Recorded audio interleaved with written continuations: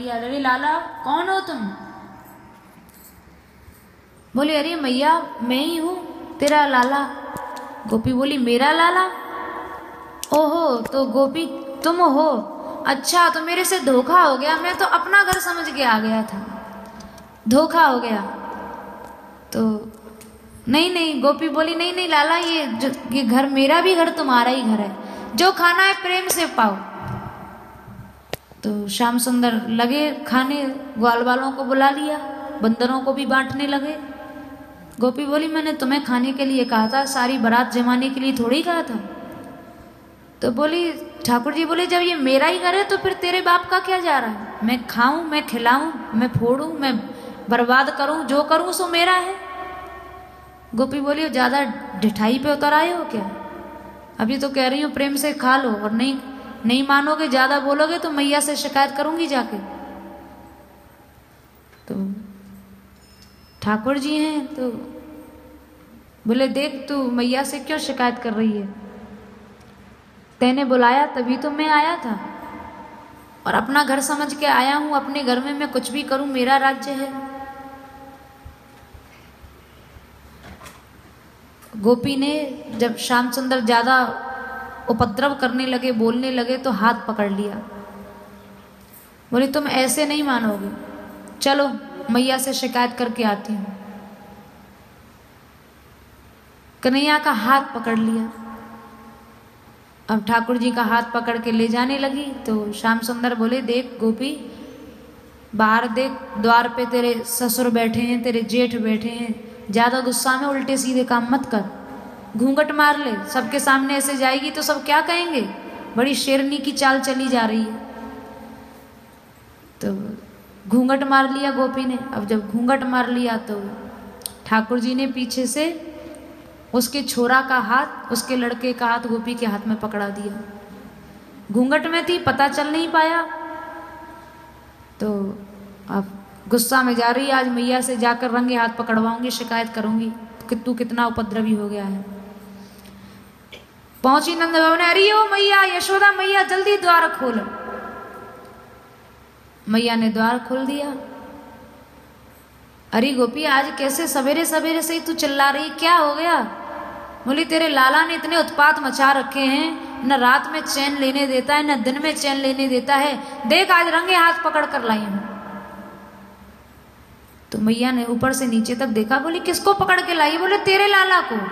अरे तो घूंघट उठा के तो देखे किसका लाला है। घूंघट उठा के देखा तो अपना ही छोरा था, और देखते ही होते एकदम शर्म के मारे पानी पानी हो गई। एक चांटा लगाया अपने लड़के के गाल पर, तू कहां से आ गया? मैं तो कन्हैया को पकड़ के ला रही थी। क्यों चांटा क्यों लगा दिया भाई? क्योंकि ये गोपी प्रेम है, गोपी भाव है। गोपी नहीं चाहती कि मेरे और श्री कृष्ण के बीच में कोई संसारी संबंध आए, कोई पति आए, पुत्र आए। गोपी नहीं चाहती कि मेरे और कृष्ण के प्रेम में, तो संसार के प्रेम को मानो चांटा मार के हटा दिया। अब लड़के का हाथ पकड़ा दिया तो गोपी को पता नहीं चला ऐसे क्यों हुआ। बोले उसका कारण था, जाहे लगन लगी है घनश्याम की, धरत कहूँ पग परत है कित हूँ, भूल जाय सुधि धाम की, नारायण बारी भई डोले, रही न काहू काम की, जाहे लगन लगी है घनश्याम की। कृष्ण प्रेम में वो तो कृष्ण स्पर्श पाके ऐसी मतवारी, ऐसी बावरी हो गई, कब लड़के का हाथ पकड़ाया, कब क्या किया उसे कुछ पता नहीं। आवेश में धरत कहूं पग परत है कितहूं, कहीं पग रख रही है, पग कहीं पड़ रहे हैं, लड़खड़ा के आवेश में जल्दी जल्दी भागी जा रही है मैया के पास। इधर लौट के आई है बेचारी छोटा सा मुख लेकर। आज इतने उससे मैंने सोचा था आज कन्हैया को जाकर रंगे हाथ पकड़ाऊंगी, पर ये तो छलिया और मुझे छल करके भाग गया। जैसे ही मुड़ी है और अपने घर में आई है तो वहां आकर क्या देखा, ठाकुर जी खड़े हैं और उसको सींग दिखा के चिढ़ा रहे हैं, ले और पकड़ के ले जाएगी। आज तो तेरे छोरा को पकड़ाया, कल को तेरे पति को पकड़ा दूंगा हाथ में, और उदम करेगी ऐसे। तो गोपी बेचारी फिर आवेश में आई। गोपी ने कहा कन्हैया तू ऐसे मानेगा नहीं। बहुत डांटा फटकारा। मैया से प्रतिदिन की ये लीलाएं हैं और प्रतिदिन शिकायत करने ब्रज गोपियां आती हैं। स्तेयम स्वादवत्यथ दधीपय कल्पिते ही स्तेय हो गई। यशोदा मैया कहती है गोपी जनों तुम लोग शिकायत करने आती हो, उससे अच्छा है कि मेरा छोटा सा लाला है कि कितना खाएगा, ये जितना खाए प्रेम से खिला दिया करो। गोपीजन बोली मैया जब हम प्रेम से खिलाती हैं तो पता है क्या कहता है, कहता है तुम्हारा तो बासा सड़ा हुआ माखन है, जब तुम्हारे बालकों से नहीं खाया जाता तो तुम मुझे खिलाती हो। और मैया प्यार से खिलाएं तो खाता नहीं है, फिर हम कहते हैं लाला चोरी क्यों करता है, बोले चोरी के में तो बहुत स्वाद आता है। किस किस चीज की चोरी, बोले दधी पया, पहले दही खाता है फिर दूध। बड़ा बुद्धिमान है, जानता है अगर दूध के ऊपर दही खाएगा तो नुकसान करेगा, इसलिए पहले घर में दही को समाप्त करता है, दही के बाद फिर दूध का भोग लगाता है। और ऐसा ही नहीं, जब चोरी करके जाता है तो जैसे एक कोई वीर योद्धा दूसरे को ललकारता हुआ, ब्रज के राजा धीराज महाराज नंद बाबा का सुपुत्र श्री कृष्णचंद्र चोरी करके जा रहा है, जिससे रुके तो रोक ले, और ललकारते हुए जाता है मैया। तो यशोदा मैया कहती क्यों कन्हैया ऐसी ढिठाई क्यों करता है तू। ठाकुर जी बोले मैया पहले तू गोपी जनों की सुन ले, बाद में मैं तो बाद में बोलूंगा, फिर गोपी जन शिकायत करने लग जाए। बोली मैया ऊंचे ऊंचे छीकों पर हम बांध देती हैं, वहां भी ये हमारे गौरस को नहीं छोड़ता है। हस्ताग्राय रचयति विधिम पीठ कोलू खलाद्यई, ऊखल पे पीड़ा रख लेता है, ग्वाल वालों को चढ़ा देता है, उनके कंधों पर चढ़ जाता है, और इतने पर भी हाथ ना आए तो नीचे से डंडा से छेद कर देता है, माट मटकों को फोड़ देता है। छिद्रम यंत्र निहित वयोन शक्य वांडेशु तद्विद ध्वांतागारे धृतमणिगणम स्वांगम अर्थ प्रदीपम। यशोदा मैया कहती अच्छा गोपियों तुम एक उपाय करो, कन्हैया को अंधेरे से बहुत डर लगता है, तुम अंधेरे में रख दिया करो सब सामान। गोपीजन बोली मैया तेने या को ऐसे आभूषण धारण करा रखे हैं, कहीं मणियों की अंगूठियां हैं, मणियों के आभूषण हैं, हार हैं, तो ये जहां जाता है ये आभूषण इतना प्रकाश करते हैं कि घर में कहीं अंधेरा रहता ही नहीं है। तो मैया को आई गुस्सा, मैया ने लाला यही लिए तेरे को ये सब गहने पहना रखे हैं, कड़ूला उतारा, गले से हार उतारा, सब गहने उतार दिए। गोपीजन कह रही है मैया आभूषणों की चमक नहीं है, ये तो इसके दिव्य देह की ही कांति है, दिव्य शरीर की ही कांति है। ये एक घर का क्या अंधकार दूर करे, ये जहां पहुंच जाए सारे संसार का अंधकार दूर हो जाता है। ब्रज गोपीजन शिकायत कर रही हैं मैया इतना ही नहीं, सुप्रतीको यथास्ते, चोरी के लिए नए नए रोज नित नए रूप बना लेता है। एक दिन मैया हमारे घर में आया और आकर मुझसे बोला कि अरे ओ गोपी तेरे पीहर से कोई तेरी सहेली आई है मिलने के लिए, और वहाँ गांव के बाहर खड़ी है, घूंघट है गांव में तो आ नहीं सकती लज्जा के मारे, जा बाहर जाके मिले आ। अब ठाकुर जी ने किया क्या, अपने मधुमंगल सखा को और लहंगा फरिया पहना के गोपी रूप धारण करा के गांव के बाहर खड़ा कर दिया। अब वो गोपी गई बड़ी खुशी खुशी, आज पीहर से आई है, कोई सहेली आई है, जाकर मिलूं तो सही।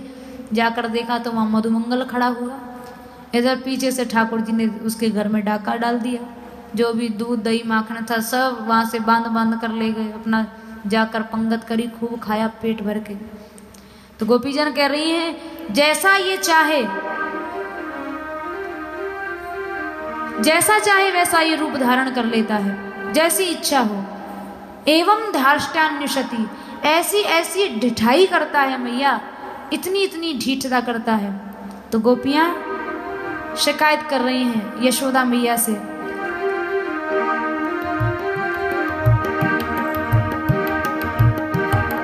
मैया तेरो लाला बड़ो जुल्मी, हो मैया तेरो लाला बड़ो जुल्मी, मैया तेरो लाला बड़ो जुल्मी।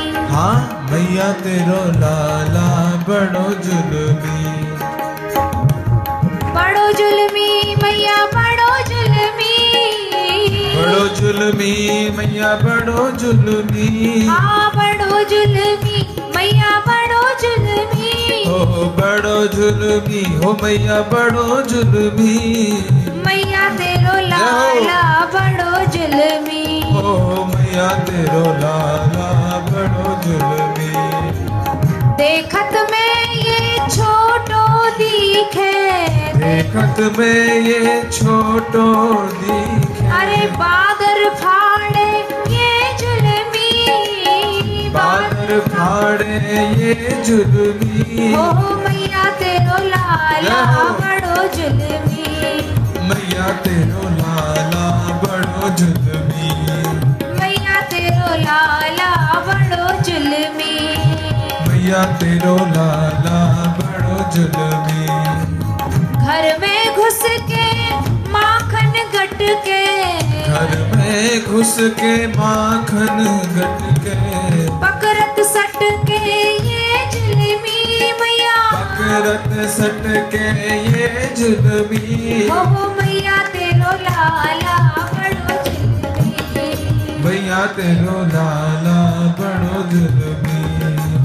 जब जब जाऊं यमुना इकली, जब जब जाओ यमुना इकली, जब जब जाऊं मैं यमुना इकली, जब जाओ यमुना इकली, अरे तब तब छेड़े ये जुल्मी मैया, तब छेड़े ये जुल्मी। हो मैया तेरो लाला बड़ो जुल्मी, हो मैया तेरो लाला बड़ो जुल्मी, हो मैया तेरो लाला बड़ो जुल्मी, मैया तेरो लाला बड़ो जुल्मी।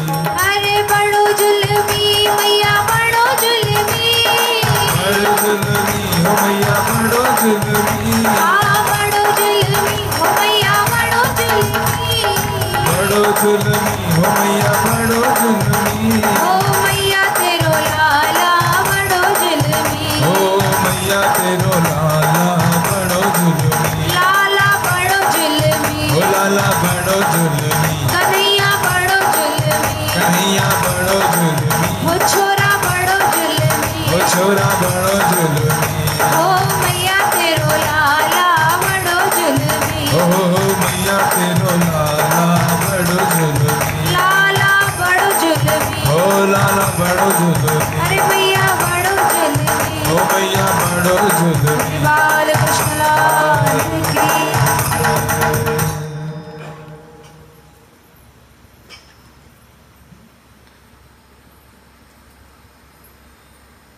प्रतिदिन ब्रज गोपियां यशोदा मैया से शिकायत करने आवे।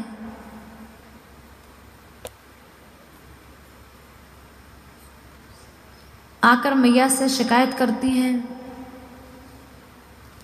और मैया जब कन्हैया को डांटे तो ठाकुर जी ऐसी भयभीत छवि दिखाते हैं, रुदन करने लग जाएंगे, मीण मीण के सारा काजल मुंह पे फैला लेंगे, कांपने लगेंगे। तो गोपी जनों को दया आ जाती है। गोपियां कहती अरे मैया अभी लाला छोटा है, इसे डांट मत, प्यार से समझा दे। तो समझ जाती यशोदा मैया भी कि ये गोपीजन कोई शिकायत करने नहीं आई है, तो जो शिकायत के बहाने कन्हैया का दर्शन करने के लिए आई हैं। और बार बार दर्शन के लिए, कभी घर से निकली हैं जल भरने के लिए, घर में जल है और भरा भराया माट लुढ़का दिया, सास को कह दिया कि पानी नहीं है घर में, जरा पानी भर ला। में पानी भरने चली है, पनघट गई नहीं, यशोदा मैया के भवन में आ गई। वहां आके श्याम सुंदर का दर्शन कर रही है। फिर बाहर जाती है, चलो पानी भराऊं, तब तक कृष्ण दर्शन का वियोग हो जाता है। फिर भीतर आती है, चलो एक बार और देख लो। फिर बाहर जाती है, फिर होता है एक बार और दर्शन कर लो। यशोदा मैया कहती है, अरे ग्वालिनी, बार बार इत उतको जावती बिजिया खाए भई बौरी, कहीं तूने कोई भांग वांग तो नहीं खा ली? यशोदा मैया कहती है, कभी बाहर जाती है, कभी भीतर आती है, कभी बाहर फिर भीतर, क्या बाहर भीतर लगा रखा है? और उस प्रेम की स्थिति को कह नहीं सकती। बहुत सी ये सब लीलाएं हैं जिन लीलाओं के द्वारा ठाकुर जी ने ब्रजवासियों को सुख प्रदान किया है, ब्रजगोपियों को सुख दिया है। नंददास जी भी कह रहे हैं, धनी नंद मेहर के मिस ही मिस आवे गोकुल की नारी। मिस ही मिस आवे, किसी ना किसी बहाने से गोपियों का आना जाना नंद भवन में लगा ही रहता है। क्यों नंददास नंदलाल में लागे नयन, पलक की ओट मानो बीते युग चार।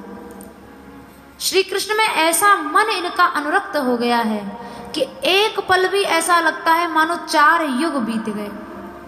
दर्शन करके आई है, बाहर निकली है और निकलते ही ऐसा लगता है अभी कन्हैया को देखे 4 युग मुझे बीत गए, चलो एक बार तो कन्हैया को देख लूं। फिर श्याम सुंदर का दर्शन करने के लिए आती है। और स्थिति गोपियों की ऐसी हो गई है प्रेम में। वर्णन किया है, अंतर्गृहे कृष्णम अवेक्ष चौरम बद्ध्वा कपाटम जननी गतैका उलूखले दाम निबद्ध मेनम तत्रापि दृष्ट्वा स्तिमिता बभूव। महापुरुषों की वाणी है, वर्णन कर रहे हैं। अंतर्गृहे, एक गोपी ने कन्हैया को एक दिन घर में पकड़ लिया रंगे हाथ। पकड़ने के बाद सोचा अगर मैं इसे हाथ पकड़ के मैया के भवन तक ले जाती हूँ तो हो सकता है बीच में रूप बदल दे और मुझे ही झूठा साबित कर दे। आज मैं उल्टी लीला करूंगी, आज इसको घर में बंद करके और मैया को यहाँ लाऊंगी दिखाने के लिए। तो उस गोपी ने श्याम सुंदर को वहीं चोरी कर रहे थे अपना, बद्ध्वा कपाटम जननी गतैका, किवाड़ बंद कर दी, द्वार बंद कर दिया, ताला लगा दिया, कुंचिका अपने पास रख ली और नंद भवन में गई यशोदा मैया को बुलाने। वहां जब पहुंची तो वहां जाके क्या देखती है, उलूखले। वहां जाके क्या देखा कि यशोदा मैया के भवन में तो पहले ही लाला उखल से बंधा बैठा है। बोली अरे कहीं मेरे नेत्रों को भ्रम तो नहीं हो गया या बुद्धि भ्रमित तो नहीं हो गई। फिर घर में आई तो देखा वहां भी कन्हैया बैठा हुआ है। 2 लाला हो गए, एक यशोदा मैया के पास है, एक मेरे पास है। फिर बोली चलो अपनी किसी सहेली को बता तो आऊं कि 2 कन्हैया हो गए ब्रज में। सहेली के घर में गई तो वहां देखा उसके भी घर में ठाकुर जी लगे हुए हैं, चोरी कर रहे हैं। स्थिति उसकी ऐसी हो गई, जिधर देखा उधर पाई झलक घनश्याम प्यारे की। जिधर देखा उधर पाई झलक घनश्याम प्यारे की। जिधर देखा उधर पाई झलक घनश्याम प्यारे की। जिधर देखा उधर पाई झलक घनश्याम प्यारे की। जिधर देखा उधर पाई झलक घनश्याम प्यारे की। जिधर देखा उधर पाई झलक घनश्याम प्यारे की। जिधर देखा उधर पाई झलक घनश्याम प्यारे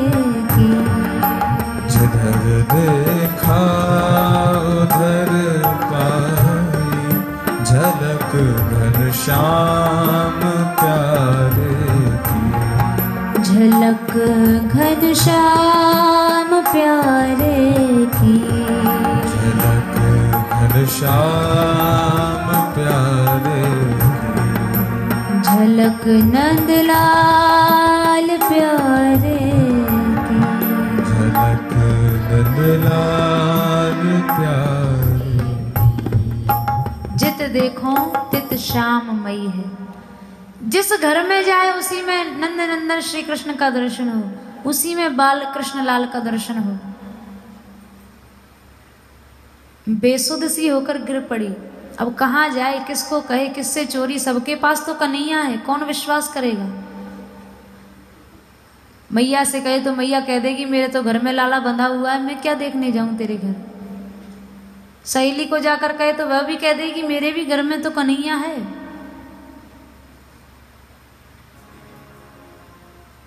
घर घर में चोरी की, अनेकानेक रूप धारण करके एक साथ समस्त ब्रजवासियों को सुख दिया ठाकुर जी ने।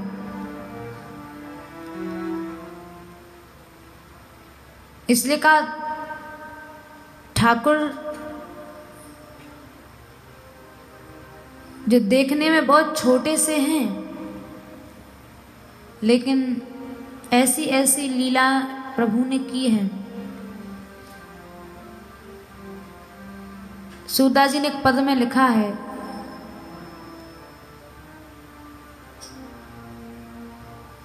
मात यशोदा मोहे छोटो जाने और गोपिन संग सुख भोगूं। ठाकुर जी कह रहे हैं यशोदा मैया तो मुझे अपना लाला छोटा सा बालक समझती है, पर गोपियों के तो घर घर में रोजाना रास होता है। रोजाना ठाकुर जी उनको सुख प्रदान करते हैं, रास विलास करते हैं। घर घर में रसमयी रासलीला का प्रवाह हुआ है ब्रज की। इसलिए आज भी उस भूमि में जो रस है वह अन्यत्र नहीं है। वहां का हर रज कण ठाकुर जी के चरणों से चिन्हित है, चरणों से स्पृष्ट है, छुआ हुआ है। तो जो रस उस रज में है वो अन्यत्र उसका अभाव है, अन्यत्र नहीं है। ब्रज गोपियों को सुख प्रदान किया है चौर्य लीला आरंभ करके ठाकुर जी ने। आगे मृद भक्षण लीला की है। एक दिन ग्वाल वालों के साथ गए जंगल में खेलने के लिए और वहां खेल खेल में ठाकुर जी ने मिट्टी खाई। ग्वाल वाल आके मैया से शिकायत की, अरे मैया आज तो कन्हैया ने माटी खाई। मैया ने डांटा, अरे कन्हैया मिट्टी कोई खाने की वस्तु है? अरे घर में दूध की कमी नहीं, दही की कमी नहीं, माखन की कमी नहीं, फिर मिट्टी क्यों खाई? ठाकुर जी बोले सर्वे मिथ्याभिशंसना, मैया ये तो सब जन्म के झूठा हैं, तू इनकी बात पे इतना विश्वास क्यों कर रही है? बोले विश्वास ना करूं, ये सब ग्वाल वाल कह रहे हैं, तेरा बड़ा भैया दाऊ भी कह रहा है। बोले सर्वे ये सब झूठा है, दाऊ दादा भी झूठे हैं। यदि सत्य गिरस्तर ही समक्षम पश्चिम में व्युकम, अगर तुझे इनकी बात पर इतना भरोसा है तो मैं भी तो तेरे सामने खड़ा हूं, तू मेरे मुख में देख ले। मैया ने कहा अच्छा मुख खोल के दिखाओ। तो मुख खोला तो वहां मिट्टी का डला दिखा कि वहां संपूर्ण ब्रह्मांड का दर्शन हो गया, संपूर्ण चर अचर सृष्टि। अब तो मैया घबरा गई, ये लाला के मुख में ये सब आदि व्याधि कहाँ से आकर घुस गई हैं? कोई नदी दिख रही है, कहीं पर्वत, कोई द्वीप, कोई आग, कोई वायु, कोई पानी। मैया तो घबरा गई। तो मानो ठाकुर जी ये दिखाना चाहते हैं, झूठ नहीं बोल रहे हैं। मैया मुझे अलग से मृद भक्षण की क्या आवश्यकता है? जब संपूर्ण ब्रह्मांड मेरे उदर में है तो अपने आप ही रज भी उसमें होगी होगी। सर्वे मिथ्याभिशंसेना, ये सब झूठा है, मैं झूठा नहीं हूं। यहां सुखदेव जी महाराज ने कहा कृष्ण उवाच, कृष्ण बोले हैं, भगवान उवाच नहीं कहा। बोले भगवान झूठ नहीं बोलेगा, लेकिन कृष्ण झूठ बोल सकते हैं। क्यों? ये ब्रज लीला है, यहाँ तो झूठ भी बोलेंगे, पिटेंगे भी, यहाँ तो उखल से भी बंधेंगे। तो भगवान उवाच न कहकर कृष्ण उवाच का, बोले कृष्ण बोले ना हम भक्षितवान। इतना साफ झूठ कैसे भगवान बोल देगा? अभी अभी मिट्टी खा के आए, फिर कह रहे ना हम भक्षितवान। अरे मैया मैंने मिट्टी नहीं खाई। तो ये झूठ केवल श्याम सुंदर ही बोल सकते हैं, भगवान नहीं बोल सकते। यानी ब्रज में जो स्वरूप है वह माधुर्यमय है।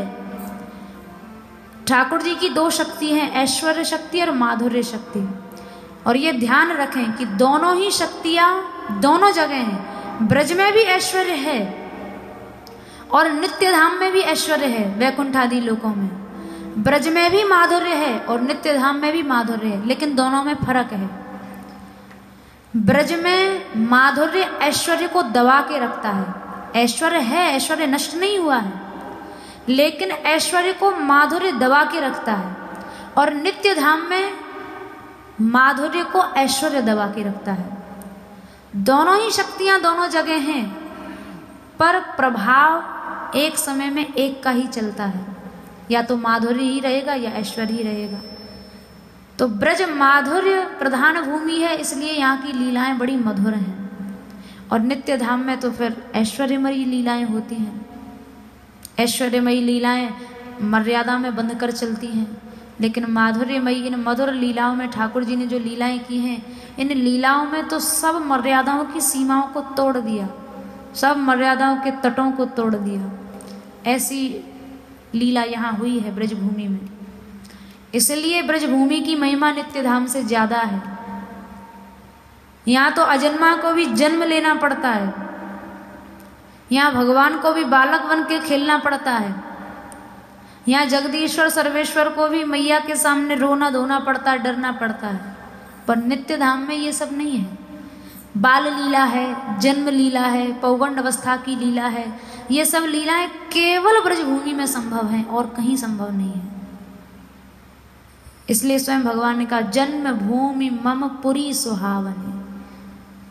जहां मैं जन्म लेता हूं, जहां मैं बाल लीला करता हूं, वो भूमि मुझे अतिशय प्रिय है, बहुत ही प्रिय है। और जा मज्जनते बिनहि प्रयासा मो समीप नरपा वहीं वासा। उस ब्रजभूमि के आश्रय से नित्य धाम की प्राप्ति तो बहुत सहज और सरल हो जाती है। जबकि भक्त लोग तो नित्य धाम आदि की इच्छा भी नहीं करते हैं। कहा करें वैकुंठ ही जाए। गोविंद स्वामी जी ने पद में कहा जहां नहीं वंशी वट यमुना गिरी गोवर्धन नंद की गाय। अरे जहां ये वंशी वट नहीं, यमुना जी नहीं है, नंद बाबा की गैया नहीं है, गोविंद प्रभु तजी नंद सुवन को ब्रज तजी वहां मेरी बसे बलाए। गोविंद स्वामी जी बड़ा सुंदर कह रहे हैं। बोले ब्रज को छोड़कर सब धामों में हमारी अलाय बलाय बसे, हम तो भैया ब्रज में ही रहेंगे। हमारी अला बला जा ब्रज छोड़ के, हम नहीं जाएंगे ब्रज छोड़ के। तो ऐसा इस भूमि से प्रेम है। और रसिकों की वाणी में तो यहां तक मिलता है, व्यास जी का पद है रे मन वृंदा विपिन निहार, विपिन राज सीमा के बाहर हरिहु को न निहार। अगर कोई कहे कि भाई ब्रजभूमि के बाहर ठाकुर आकर खड़े हैं, दर्शन कर लो, तो जो निष्ठावान भक्त हैं वो कहेंगे कि भैया हमें भूमि के बाहर तो भगवान का दर्शन भी नहीं चाहिए। उन्हें भी दर्शन देना है तो यहीं आवे, इसी भूमि में दर्शन दें। ऐसी ऐसी निष्ठाएं हैं। तो चूंकि इसी भूमि में ये सब लीलाएं संभव हैं, ये सब रस संभव है, इसलिए इस भूमि की महिमा वैकुंठ आदि नित्य धामों से भी कहीं अधिक है। गोपियों ने भी गोपी गीत में कहा जयति तेधिकम जन्म ना ब्रज है। ठाकुर जी के जन्म से, उनकी लीलाओं से ब्रज की महिमा कितनी बढ़ गई, नित्य धाम आदि से भी बहुत आगे चली गई। तो ठाकुर जी ने मुख में ब्रह्मांड का दर्शन कराया है। आगे सुखदेव जी वर्णन कर रहे हैं एकदा गृह दासीषु यशोदानंद गेहिनी कर्मांतर नियुक्तासु निर्मवंथ स्वयं दधी। एक दिन मैया बड़े भोर उठ के दास दासियों को घर के अलग अलग कामों में लगा के और लाला के लिए ताजा दही मंथन कर रही थी। कैसी भक्ति है यशोदा मैया की। मन वाणी और कर्म से श्याम सुंदर को ही समर्पित है मैया। कैसे? बोले यानी यानी ही गीतानी तत्वाल चरितानी चा दधि मंथन काले स्मरति तान्य गायत। तीनों प्रकार की भक्ति हो रही है मैया की। कैसे? बोले दही मथ रही है, तो किसके लिए मथ रही है? लाला के लिए, श्याम सुंदर के लिए। तो कर्म भी ठाकुर जी के लिए हो रहा है। और स्मरणती, स्मरण किसका कर रही है? श्याम सुंदर का। अब कन्हैया आता होगा, अब लाला आएगा, अब दूध मांगेगा, भूखा होगा, तो याद भी श्याम सुंदर की कर रही है, तो मन भी ठाकुर जी में है। और तान्य गायत, लाला ने कल वहाँ उस गोपी के घर में चोरी करी, उस गोपी को बड़ा खिजाया, वहाँ ऐसी लीला की, उसके घर में ऐसा नाचा। इन लीलाओं को तान्य गायत यशोदा मैया गा रही हैं। तो वाणी भी ठाकुर जी को समर्पित है। मन वाणी कर्म तीनों प्रकार से, तीनों प्रकार की भक्ति मैया की सिद्ध हो रही है। तब तक श्याम सुंदर सवेरे ही जल्दी उठकर आए और दूध पीने की इच्छा से मैया का आंचल पकड़ लिया, रुदन करने लगे। मैया ने दही मथना छोड़ दिया, लाला को गोदी में लिया, दूध पिलाने लगी। तब तक देखा सामने चूल्हे पर दूध उफन रहा था, और दूध का जलना बालकों की आयु के लिए शुभ नहीं होता है। स्मृतियों में कहा है जैसे दूध जलता है वैसे वैसे बालकों की आयु जलती है। तो मैया घबरा गई, मेरे लाला का अनिष्ट नहीं होना चाहिए। श्याम सुंदर को गोदी से उतार के दौड़ के गई, दूध उतारा। अब ठाकुर जी छोटे से बाल रूप है, अभी अभी जगे हैं, कच्ची नींद से उठे, फिर भूख लगी थी, मैया ने पेट भर के दूध भी नहीं पिलाया, छोड़ के चली गई। तो कोप के कारण लाला ने एक मोटा सा लोढ़ा लिया, पत्थर लिया, और लेके मैया सवेरे से जो ताजा ताजा गौरस निकाला तो सब माट मटकों को फोड़ दिया। दूध दही की नदी बहने लगी। अपना दूसरे कक्ष में गए, सोच लिया आज घर में जरा भी गौरस नहीं रहने दूंगा। दूसरे कक्ष में गए, ग्वाल बाल बंदरों को बुला लिया और सब घर का दूध दही माखन बांटने लगे। मैया आई, ये तो कन्हैया की आदत अभी छूटी नहीं, अपनी घर में चोरी, और बताओ ये सब मेरा इतना श्रम से इतनी मेहनत से निकाला हुआ सब गौरस, और ऐसे इसने सब व्यर्थ कर दिया, सब समाप्त कर दिया, गिरा दिया, नष्ट कर दिया। मैया को बड़ा कष्ट हुआ। जैसे ही देखा उखल पर ठाकुर जी खड़े हैं, घर का सब गौरस बांट रहे हैं, लुटा रहे हैं। मैया ने एक सांटी ले ली हाथ में, आज लाला को डराऊंगी धमकाऊंगी। अब ठाकुर जी ने देख लिया मैया आ रही है, चौकन्नी दृष्टि से देख रहे हैं। चोर जब चोरी करता है तो दृष्टि चौकन्नी हो जाती है, चारों ओर उसकी दृष्टि हो जाती है, कहीं से कोई आ तो नहीं रहा है, कहीं से कोई देख तो नहीं रहा है, किसी को पता तो नहीं, चौकन्नी दृष्टि से देख रहे हैं। तब तक देख लिया, अचानक मैया आ गई है छड़ी लेके, ग्वाल बालों को इशारा कर दिया, भैया अब जल्दी जल्दी भाग जाओ यहाँ से, मैया आ गई है, पंगत तो हो गई है, दक्षिणा मिले उसके पहले भाग चलो। तो जितने ग्वाल बाल थे सब के सब वहाँ से कूद कूद के सब भागने लगे। ठाकुर जी भी भागे हैं, पर जब देख लिया मैया थक गई है तो कृपा के कारण ठाकुर जी की गति मंद हो गई। अब मैया का तो स्थूल भारी शरीर है और लाला का छोटा सा शरीर है, तो कहाँ तक पीछा करती है। तो ठाकुर जी को स्वयं अपनी गति को धीमा करना पड़ा। अब दौड़कर मैया ने पकड़ लिया, जैसे ही छड़ी दिखाई तो लाला का रोना शुरू। मैया ने सोचा कन्हैया डर गया है, हाथ से छड़ी को फेंक दिया। फिर सोचने लगी आज इसे मारूंगी नहीं पर बांध के रखूंगी। तो वे सब देवगण प्रशंसा कर रहे हैं मैया के भाग्य की। नेमम विरंचो न भवो न श्रीरप्यंग संश्रया। सुखदेव जी कह रहे हैं कि जो सौभाग्य ब्रह्मा जी को नहीं मिला आज तक, शंकर जी को नहीं मिला, लक्ष्मी जी को नहीं मिला, और प्रसादम ले भिरे गोपी यत्तत प्राप विमुक्तिदार, और आज एक इस गवार गोपी यशोदा को वो सौभाग्य मिल गया। सारे संसार को बनाने बिगाड़ने वाला, जिसके लिए संसार की सृष्टि उत्पत्ति पालन संहार खेल है, आज उस पर ब्रह्म परमात्मा को मैया बांधने के लिए चल पड़ी है।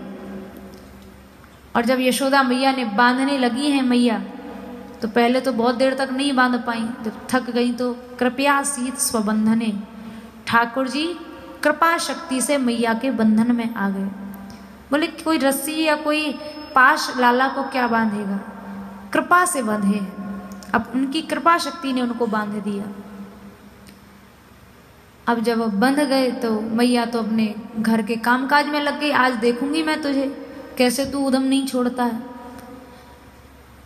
और ठाकुर जी अपना वहीं उखल में बंधे हुए हैं। तब तक दाऊ जी महाराज पहुंच गए। कैसे कन्हैया, आज तो चंगुल में आ गए तुम। श्याम सुंदर बोले, अरे दाऊ भैया आप जाकर थोड़ी सिफारिश करो, मैया से कहो, आपकी बात बहुत मैया मानती है। अरे कब तक बंधन में रहूँगा, मैया से कहते क्यों नहीं हो कि खोल दें। तो दाऊ जी महाराज गए, अरे मैया छोटा सा कन्हैया है, इसने क्या ऐसा बिगाड़ दिया, अरे 2-4 माट मटका फोड़ दिए तो और ले आएंगे बाबा, अब लाला को खोल दे। यशोदा मैया उस समय क्रोध में थी, बोले दाऊ ज्यादा तुम बोलोगे तो एक उखल और रखा, अभी तुम्हें और बांध के यहाँ रख दूंगी।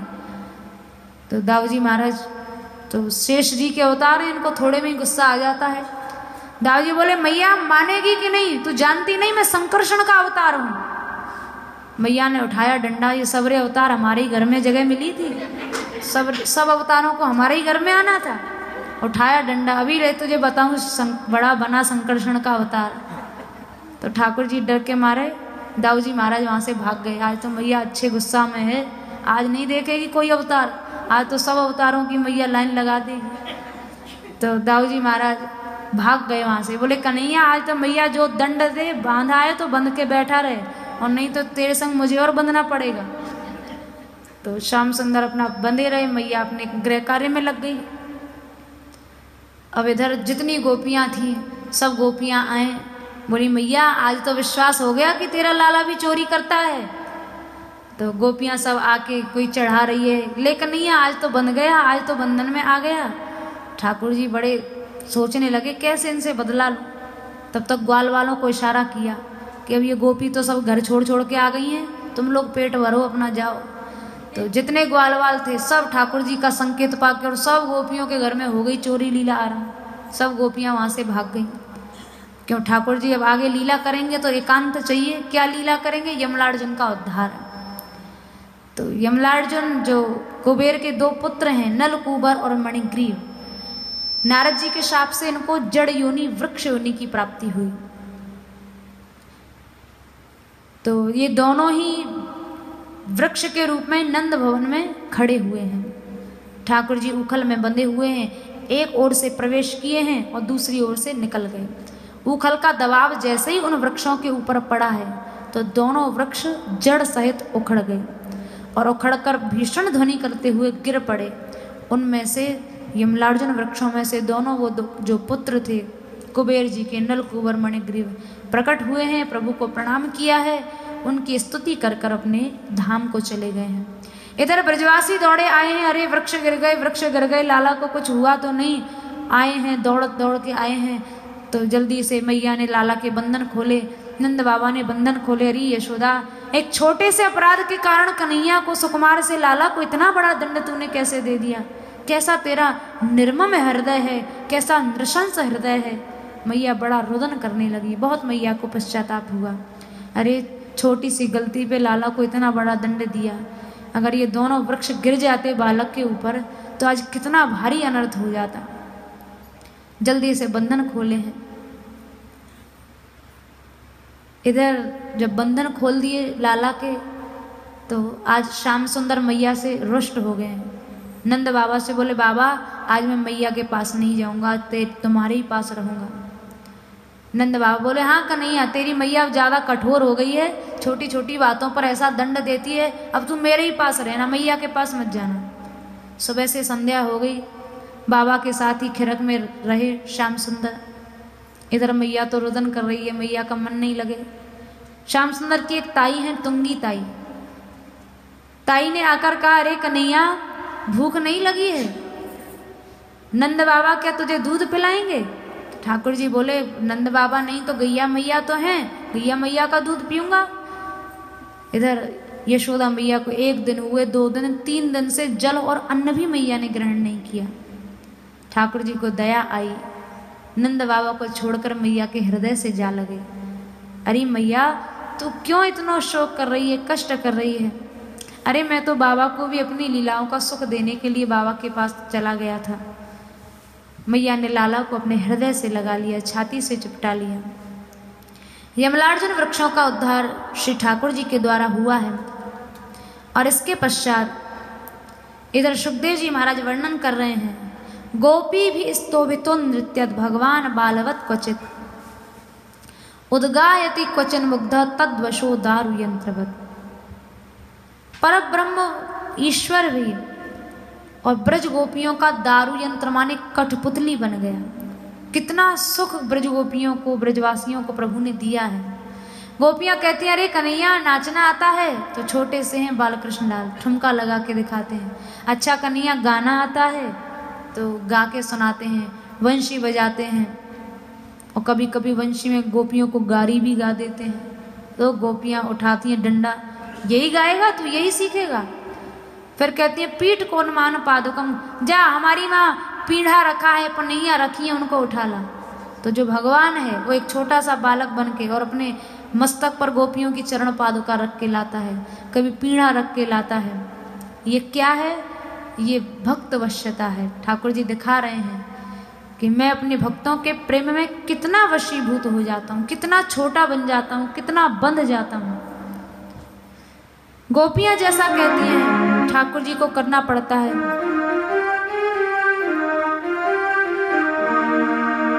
गोपियां श्याम सुंदर को कभी कदम के नीचे बुलाती हैं, अरे कन्हैया आज हम वहाँ दही बेचने जाएंगी, तू वहाँ हमें मिल जाना। आज हम वहाँ जाएंगी, तू वहाँ मिल जाना। नैनों के संकेत में सब बातचीत कर देती हैं। और श्याम सुंदर ब्रज गोपियों के कहने पर जहाँ वो बुलाएं, जैसे बुलाएं, दास बनकर, एक छोटा सा बालक बनकर इतने दीन, इतने छोटे बन जाते हैं।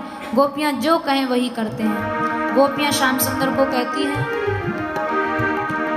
यशोदा के छैया आजा कदम के नीचे, यशोदा के छैया आजा कदम के नीचे, हो यशोदा के छैया आजा कदम के नीचे, यशोदा के छैया आजा कदम के नीचे, कदम के नीचे आजा कदम के नीचे, कदम के नीचे, कदम के नीचे, यशोदा के छैया आजा कदम के नीचे, हाँ यशोदा के छैया आजा कदम के नीचे।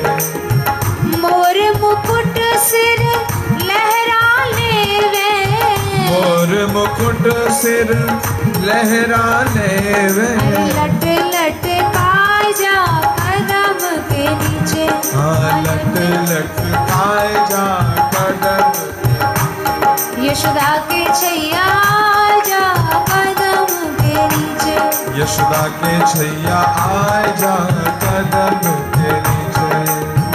दधी बेचन में घर से निकसी, दधी बेचन में घर से निकसी, हाँ घर बेचन में घर से निकसी, दधी बेचन में घर से निकसी, अरे डगर में पाए जा कदम के नीचे, हाँ हाँ डगर में पाए जा कदम के नीचे, मार्ग में पाए जा कदम के नीचे, मार्ग में पाए जा कदम के नीचे, यशोदा के छैया आजा कदम के नीचे, यशोदा के छैया आजा कदम के नीचे, कदम के नीचे आजा कदम के नीचे, कदम के नीचे आजा कदम के नीचे, यशोदा के छैया आजा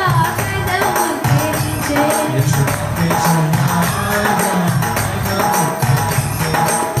हरे बांस की बांसुरिया तेरी, हरे बांस की बांसुरिया तेरी, हो यार मधुर बजा जा कदम के नीचे, मधुर आजा कदम के नीचे, हो यशोदा के छैया आजा कदम के नीचे, यशोदा के छैया आजा कदम के नीचे।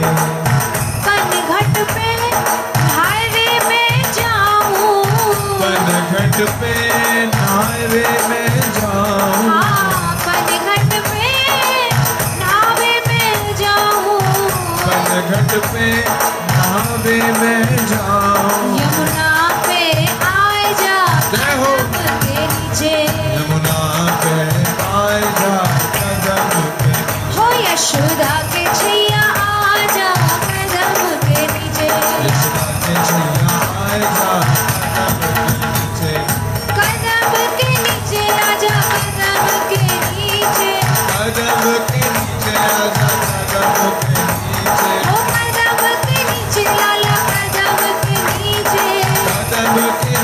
आजा कदम के नीचे। ओ यशोदा के छैया आजा कदम के नीचे। यशोदा के छैया आजा कदम के नीचे।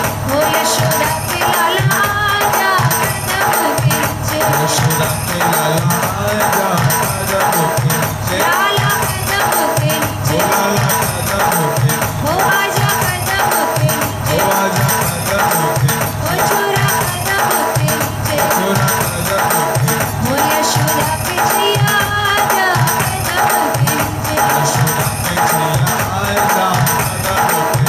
आजा कदम के नीचे। आजा कदम के नीचे। आजा कदम के नीचे। ओ आजा कदम के नीचे। बोले बालकृष्ण लाल की जय।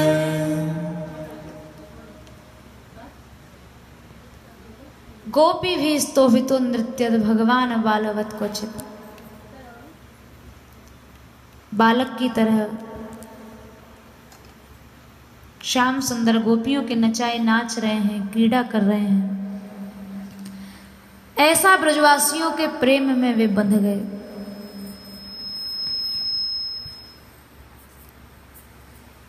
सूर गिरिधरन मधु चरित मधु पान के, और अमृत कछु आन लागे। और सुख रंक की कौन इच्छा करे, जहां मुक्ति हु नौन सी खारी लागे। यह ऐसा सुख है, ऐसी प्रेम अवश्यता है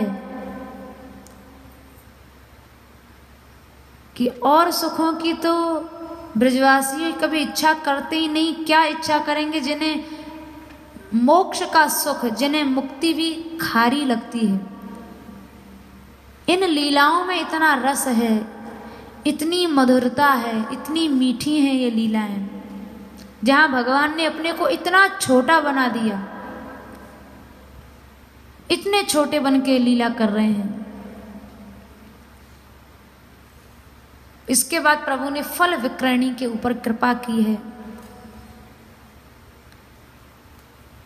आगे ब्रज में गोपों की एक मीटिंग हुई है, जिसमें यह प्रस्ताव रखा गया कि गोकुल छोड़कर अब हम सब ब्रजवासियों को वृंदावन चलना चाहिए। वृंदावन ब्रजवासियों को बड़ा ही इनका प्यारा वन है। बोले खूब हरियाली है, गायों के लिए भी बड़ा हितकारी है, और कोई छोटा मोटा वन है नहीं। कितना बड़ा वन है, वो बहुत बड़ा वन है। बरसाना, गिरिराजी, गैवर वन, नंदगांव, ये सब वृंदावन के ही अंतर्गत आते हैं। बहुत विशाल क्षेत्र है। वृंदावन किसी शहर का नाम नहीं है, वृंदावन एक क्षेत्र का नाम है, जिसमें अनेकों वन आते हैं।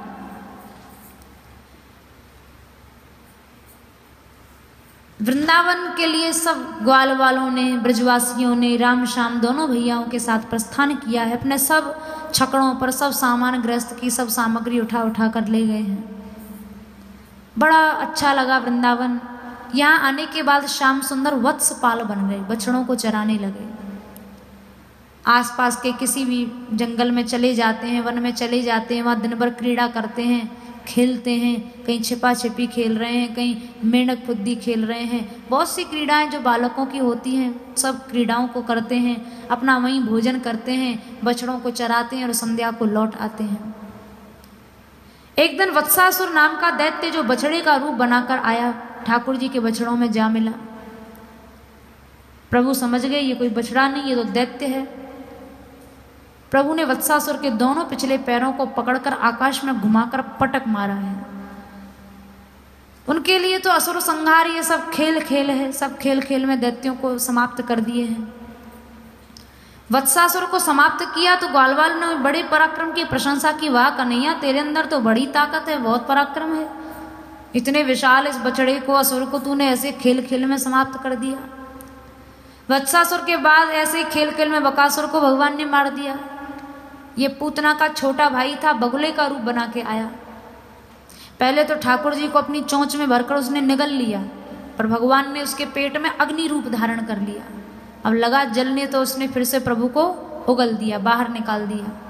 प्रभु ने उसकी चोंच को पकड़ के चीर दिया।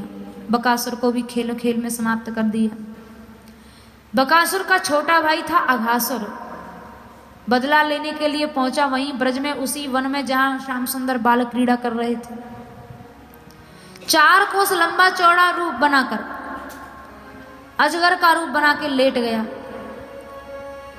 उसके जो जबड़े थे एकदम गुफा जैसे लगते थे, कंदरा जैसे लगते थे। दाढ़ दांत पहाड़ की चोटियों की तरह लगते थे। इतने बड़े बड़े दांत, मानो लगता कोई पर्वत खड़े हों। जीव विशाल एक सड़क की तरह दिखाई पड़ती। सांस लेता तो लगता मानो कोई तूफान आ रहा है। आंखों से दावा न लगनी, प्रचंड अग्नि निकल रही। ग्वाल बाल खेलते कूदते जब वहां पहुंचे, बोले भैया कन्हैया देखना ये कितना बड़ा सर्प है। दूसरा बोला अरे पागल, ये कोई सर्प थोड़ी ही है, ये तो गुफा है, गुफा। अरे भैया तो आज में यहाँ किसने गुफा बना दी। ग्वाल वालों के लिए तो बड़ा एक वाद विवाद का विषय बन गया। कोई कहे सर्प है, कोई कहे गुफा है। ग्वाल बाल बोले भैया चाहे जो भी हो, एक बार तो हम इसमें भीतर घुस के देख के आएंगे। अगर कोई अजगर भी है तो डरने की बात नहीं है, हमारे कन्हैया बड़ा पराक्रमी है, अभी अभी वत्सासुर बकासुर को मारा, ऐसे ही इसको भी मार देगा। तो कृष्ण शक्ति का आश्रय करके ठाकुर जी के बल के भरोसे सब ग्वाल बाल प्रवेश कर गए। अब प्रवेश करते ही उसके एकदम प्रचंड विष से सबके सब वहीं समाप्त हो गए। अब ठाकुर जी ने विचार किया क्या करें, ये बालक भी जीवित हों और ये सर्प भी मर जाए। ऐसी एक युक्ति सोचकर प्रभु ने भी अघासुर के मुख में प्रवेश किया है। जैसे ही प्रवेश किए हैं तो अघासुर ने अपने मुख को बंद करना चाहा, पर ठाकुर जी ने मुख बंद करने के पूर्व ही अपना आकार विशाल कर लिया। इतना विशाल रूप बढ़ा लिया कि वह अपने मुख को बंद ही नहीं कर पाया। गला एकदम रुंध गया, प्राणवायु रुक गई, सांस नहीं ले सका तो कितनी देर जीता, छटपटा के, और उसी समय वहां समाप्त हो गया। ठाकुर जी ग्वाल वाल बछड़ों को मुख से बाहर लेकर आए हैं और उनकी दृष्टि पड़ते ही वे सब जीवित हो गए। अब तो जीवित होते ही सब एक दूसरे को ऐसे देख रहे हैं मानो कोई सो के उठे हों। सब समझ गए भैया कन्हैया ने जीवित किया है, पर उनके लिए ये कोई आश्चर्य नहीं था। बोले हमारे कन्हैया में तो सब पूर्ण सामर्थ्य है, इसके अंदर बड़े बड़े असुरों को मार दे, मरों को जीवित करा दे। और जो भी लीलाएं वन में होती थी उन सब लीलाओं को ग्वाल बाल आकर अपने अपने घर में प्रतिदिन उनकी चर्चा किया करते थे। इसी तरह से ब्रज में सदैव कृष्ण चर्चा होती थी। ग्वाल बाल आए हैं तो कृष्ण चर्चा कर रहे हैं अपनी अपनी मैया बाबा से, मैया आज तो कन्हैया ने इस असुर को मारा, आज तो लाला ने ऐसा पराक्रम दिखाया। सारा समय ठाकुर जी की चर्चा में ही निकलता था। पर अघासुर की मृत्यु 1 साल बाद ग्वाल वालों ने बताई है। इसका कारण क्या था? इसका कारण था कि 1 साल तक ग्वाल वाल ब्रज में थे नहीं, उनको ब्रह्मा जी चुरा ले गए थे। ब्रह्म मोह लीला इसका कारण था। ग्वाल वाल अघासुर के मुख से निकलते ही जब ठाकुर जी ने उन्हें जीवित किया है तो वहाँ जीवित होते ही सब ने कहा भैया कन्हैया अब तो कहीं बैठकर भोजन किया जाए, बड़ी भूख लग रही है। तो ठाकुर जी सबके मध्य में बैठ गए, सब गोल मंडलाकार बना के बैठ गए। अपूर्व शोभा होने लगी। सब ने अपने अपने भोजन को, अपनी अपनी छाक को निकाला। और जब वहाँ भोजन लीला आरंभ हुई, छाक लीला आरंभ हुई, सूरदास जी कह रहे हैं आई छाक बुलाए श्याम, कमल पत्र दौना पलाश के सबके आगे परोसत जात। वन में कैसे भोजन होता है? बोले वहाँ थाली, वहाँ प्लेट और वहाँ गिलास, ये सब कहाँ से आए? कमल पत्र, कमल के पत्ते देखा होगा, बड़े बड़े गोल गोल होते हैं। बोले वही तो प्लेट का काम करते हैं। कमल पत्र पर भोजन रख लिया जाता है, पलाश के पत्तों से दोना बना लिए जाते हैं और उन्हीं में सब एक दूसरे को परोसते हैं, एक दूसरे का भोजन लेते हैं और बड़े आनंद से हास परिहास के साथ भोजन करते हैं। ग्वाल मंडली मध्य श्याम घन, सब मिले रुचिकर खात। ग्वाल वालों के मध्य में, उस मंडल में श्याम सुंदर की बड़ी सुंदर शोभा हो रही है। अपना अपना रुचि का, जिसको जो भोजन अच्छा लग रहा है खा रहे हैं। सूर श्याम अवलो नहीं जैवत, ग्वालन करते ले ले खात। पर ठाकुर जी को जब तक ग्वाल वालों का जूठन नहीं मिल जाए तब तक तो समझो इनका भोजन ही आरंभ नहीं होता। जब तक ग्वाल वालों को भोग नहीं लगा लेते हैं। और एक पद में तो सूरदास जी कहते हैं, झूठो लेत सवन के मुखते, मुख से निकाल निकाल के ठाकुर जी खा रहे हैं। ऐसा आचरण तो कोई साधारण आदमी भी नहीं कर सकता। अरे एक थाली में बैठकर भोजन हो जाता है, पर मुंह से निकाल कर तो कोई नहीं खाता। पर श्याम सुंदर कर रहे हैं ऐसी गंवार लीला। कितने सामान्य बन गए, कितने छोटे बन गए, पर इन लीलाओं को समझना कोई सामान्य बुद्धि के बस की बात नहीं है। ब्रह्मा जी को यही लीला देखकर मोह हो गया कि बताओ गंवार ग्वालों के मुंह से निकाल के खाने वाला कोई परब्रह्म कैसे हो सकता है। परीक्षा लेनी चाहिए। ब्रह्मा जी ने परीक्षा ली और परीक्षा के लिए ग्वाल वाल बछड़ों को चुरा लिया। देखें अब कैसे लीला करता है, कैसे नाचता गाता है। प्रभु तो एक बार में ही समझ गए ये सब। ब्रह्मा जी जड़ कमल की संतान है ना, तो इनकी बुद्धि भी कभी कभी जड़ हो जाती है। तो ब्रह्मा जी की बुद्धि ठिकाने लाने के लिए ठाकुर जी ने जितने ग्वाल बाल थे, जितने बछड़े थे, और विशेष बात यह कि जिसका जैसा स्वभाव था, कोई बछड़ा मरखना था तो मरखने बन गए, कोई बछड़ा सीधा साधा था तो सीधे साधे, किसी सखा का स्वभाव हंसी मजाक का था तो वैसे बन गए, किसी का गंभीर स्वभाव था तो वैसे। जिसका जैसा स्वभाव, जिसका जैसा रूप, जिसका जैसा रंग, जैसा आकार, सब वैसे का वैसा प्रभु ने प्रकट कर दिया। अब ठाकुर जी ही ग्वाल बाल हैं और ठाकुर जी ही बछड़े हैं। इधर ब्रह्मा जी सब ग्वाल वालों को अपने माया के प्रभाव से ब्रह्मलोक में सुला आए। अब सोचें कि आकर देखें तो सही कैसी लीला हो रही है। आए हैं तो देखा वहां उतने ही ग्वाल बाल हैं, उतने ही बछड़े हैं। कुछ समझ में नहीं आया कौन से असली हैं कौन से नकली हैं। फिर मन हुआ चलो एक बार जाके देखें कहीं ब्रह्मलोक से आ तो नहीं गए हैं यहाँ।